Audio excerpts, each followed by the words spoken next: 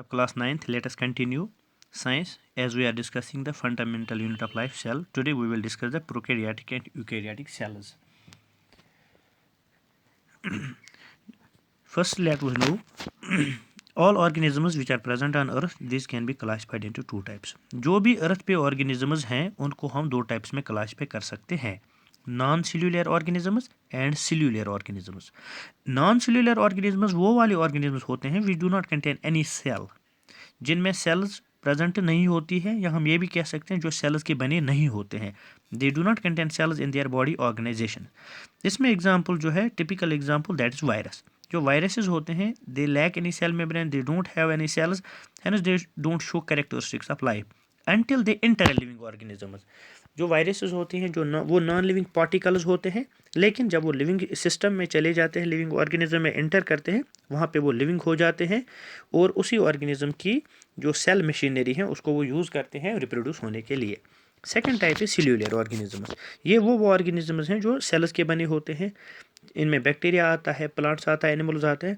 जो cellular organisms होते हैं इनको हम फर्दर क्लासीफाई करते हैं टू टाइप्स में, या इनको हम फर्दर डिवाइड करते हैं टू टाइप्स में, प्रोकैरियोट्स एंड यूकैरियोट्स, या prokaryotic organisms and eukaryotic organisms. Prokaryotic organism जो होते हैं उनकी जो सेल्स होती हैं वो प्रिमिटिव होती है या इनकम्प्लीट होती हैं. जो प्रोकैरियोटिक ऑर्गेनिजम्स होते हैं उनका जो सेल स्ट्रक्चर, अगर हम उनका बॉडी स्ट्रक्चर देखेंगे, इनकी सेल्स में तीन बेसिक कैरेक्टरिस्टिक्स या तीन बेसिक स्ट्रक्चर्स होते हैं. बट एक टिपिकल स्ट्रक्चर जो होता है मेम्ब्रेन बाउंड न्यूक्लियर मेम्ब्रेन जो होता है, यानी मेम्ब्रेन बाउंड न्यूक्लियस जो होता है, जिसको हम न्यूक्लियर मेम्ब्रेन भी कहते हैं, वो प्रेजेंट नहीं होता है. इनमें जो जेनेटिक मटेरियल होता है that is not nuclear bound, that is not membrane bound, sorry. तो न्यूक्लियर मटेरियल जो होता है विदाउट मेम्ब्रेन होता है. ऐसे ऑर्गेनिजम्स जिनमें न्यूक्लियर मेम्ब्रेन नहीं होता है, जिनमें जेनेटिक मटेरियल मेम्ब्रेन में नहीं होता है, उनको प्रोकैरियोटिक ऑर्गेनिजम्स कहते हैं. तो हम यहाँ पे अगर कहेंगे जो न्यूक्लियर मटेरियल होता है प्रोकैरियोटिक सेल्स में, that is single chromosome, but it is not present in the membrane, it is in direct contact with the cytoplasm. ये साइटोप्लाज्म में ही होता है, अलग मेम्ब्रेन इसका नहीं होता है.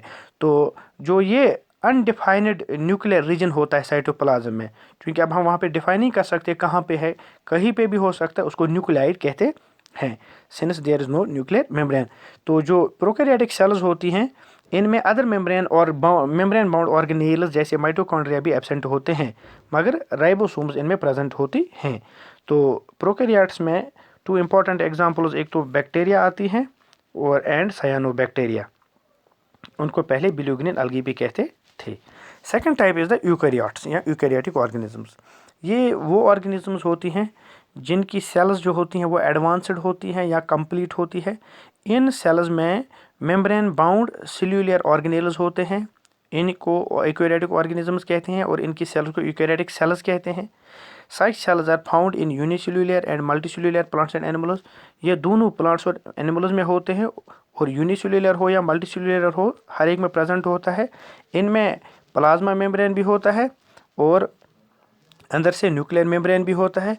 न्यूक्लियर मेम्ब्रेन में जो डीएनए यानी जेनेटिक मटेरियल होता है, इनमें साइटोप्लाज्म भी होते हैं और इनमें राइबोसोम्स भी होते हैं.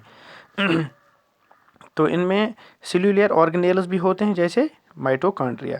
सो वी कैन से जो प्रोकैरियोटिक और यूकैरियोटिक ऑर्गेनिजम्स हैं, मेन डिफरेंस इनमें जो है that is the membrane bound nuclear region जो होता है.